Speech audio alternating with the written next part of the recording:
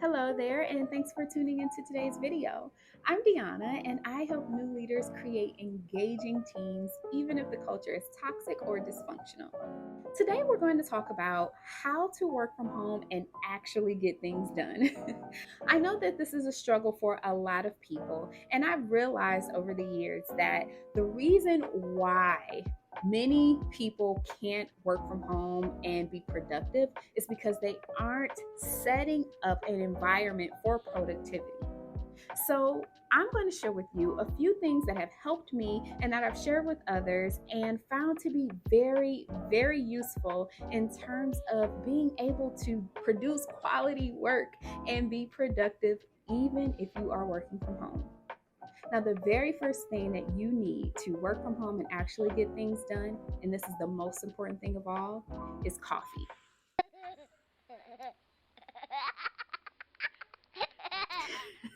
I'm just joking. But if you are a coffee lover like I am, by all means, drink up. No, but seriously, the very first thing you need to do to be productive and actually get things done working from home is to plan your productive three the day before.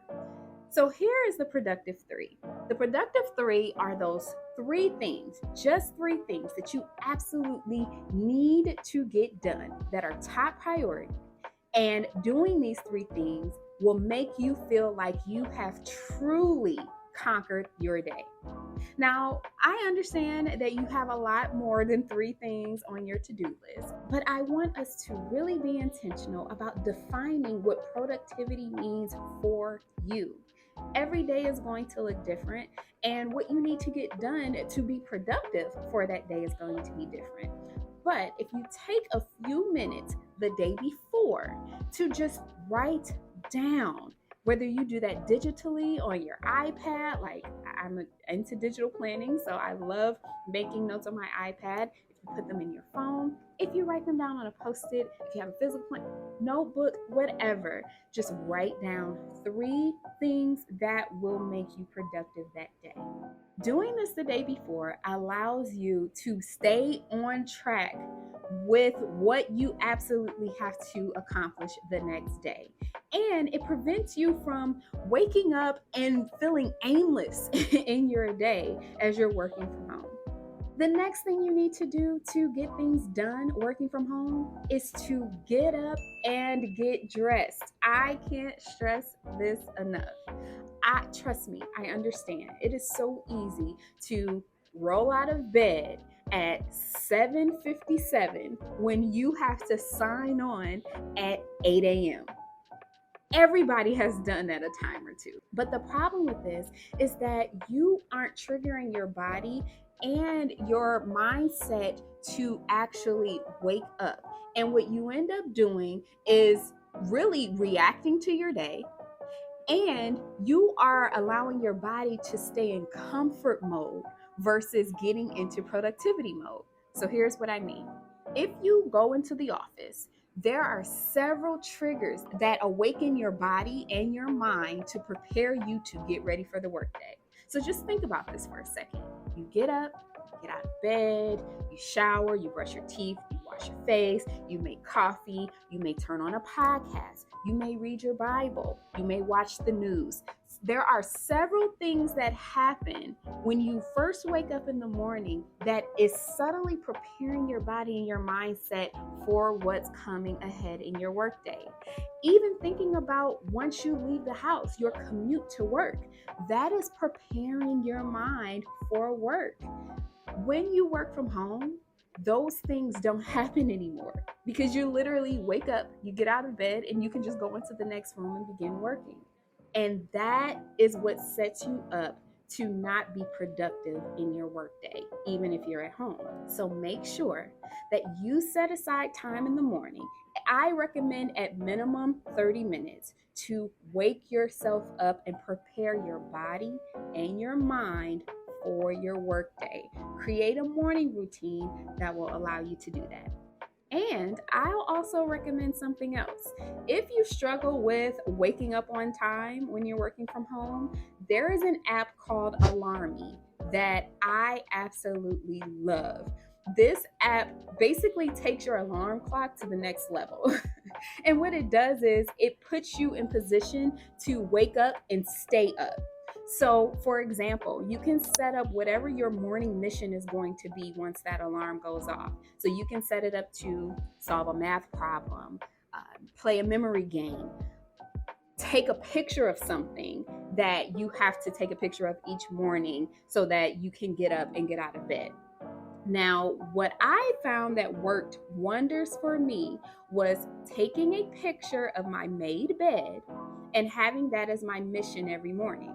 So when alarmy goes off and I wake up, in order for this alarm to turn off, I have to complete the mission and take a picture of my made bed every morning. In my mind, this is pretty much the number one way to get you in position to stay out of bed, because if your bed is made, you are likely not tempted to mess it up by taking all the pillows off and moving the covers again. So, whatever mission works for you, I highly recommend using Alarmy, and I'll leave the link for this app in the description box so you can check it out too. The next thing that is crucial for you to do is to create a designated work area. If you don't have a home office, that's okay. Whether you have a little nook in your home where you can set up a desk, even if it's your dining room table, your island, whatever you use and wherever you choose to work from, set that area up specifically for work. This also helps your mind get into work mode, even though you are in your home. The next thing that you must do is to create and stick to a designated start time and end time for work. If you are supposed to start working at 8 a.m. and you're working until 5 p.m., start working at 8 and end work at 5. This is so important because since you're at home, it's really easy to just keep working. And even though that might help you feel productive because you're getting things done, you're actually making it easier for you to be burned out. And no one wants that. So create your schedule, create your break times, stick to them so that you can pour into yourself and actually be equipped to get things done. Next, keep your break times. I mentioned this as far as having a start time and an end time for your workday, but it's really easy to forget to take breaks as well, especially if you're at home. But I encourage you to do this. You want to honor your body by making sure you are hydrating, you're eating lunch and not just working through lunch, that you're stepping away from your computer. Make sure that you aren't neglecting your well-being just because you're trying to get as much done as possible. And to add into that, it leads me into the sixth tip that I have that'll help you work from home and actually get things done. And that is planning your household tasks during your break time. Listen, it is so tempting to be able to start dinner, to go water the plant, run to the grocery store, go get a car wash, vacuum the floor, do laundry. I get it. Everyone has been there. But here's the thing, regardless of where you are doing your work, you are still working. And more importantly, you're a professional. It's important to not only honor your time, but it's also equally important to honor the time that you should be working for your company. It's been said that being ethical and having integrity means doing what's right when no one's looking. So, if your professionalism and your work ethic is important to you, I highly encourage you to honor your company's time by working during work hours and doing your household tasks and errands on your breaks. And lastly, since we were talking about work ethic and honoring your company's time, that leads me to the seventh thing that you must do to actually get things done working from home. And that's making sure you are available and reliable for those that you work with, even though you aren't working in the same place as them. This is also important. So, again, Do your household tasks on your own breaks. And also take appointments during that time as well. And if you know you are going to be away for a while, if you know you have things to do, make it easy for your team, your direct reports, or whomever it is that you're working with to know that you are around and when you're not going to be around. So if you utilize anything like Microsoft Teams where people can see your status, if you're online, if you're away, if you're offline for the day, whatever the case is, if you're busy or in a meeting, take advantage of utilizing those statuses.